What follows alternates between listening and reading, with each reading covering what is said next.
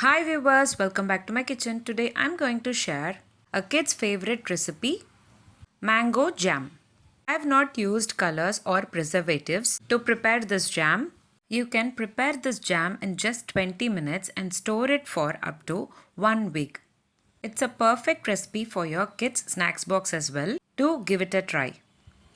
Now let's get into the preparation. In a pan, add 2 cups of mango puree, which is approximately 3 to 4 medium-sized mango.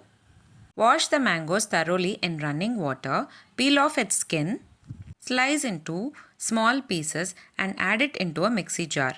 Blend it into a fine paste without adding water.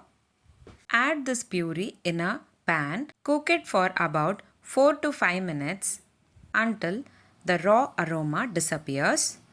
Next, I am adding half a cup of jaggery. For 2 cups of mango puree, I am adding half a cup of jaggery powder. You can also add sugar instead of jaggery powder. To prepare in a healthy version, I am adding jaggery powder. Cook it for about 10 to 15 minutes until the consistency becomes thicker. Mix it occasionally whenever required and cook for about 10 to 15 minutes.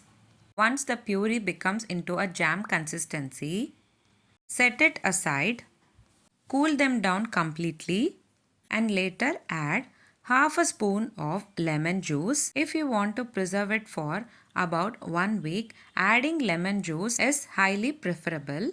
Mix it well and set it aside for 5 to 10 minutes and later transfer it into a glass jar or a steel box with airtight container. By following these methods, you can preserve this jam for about 1 to 2 weeks. In refrigerator, you can apply this jam on top of bread or chapatis and pack it for your kids snacks box. To prepare this jam, I have not used any preservatives or artificial colors and also not added sugar to make it into a healthier version. If you try this recipe at home, please let me know how it turned out in the below comment box.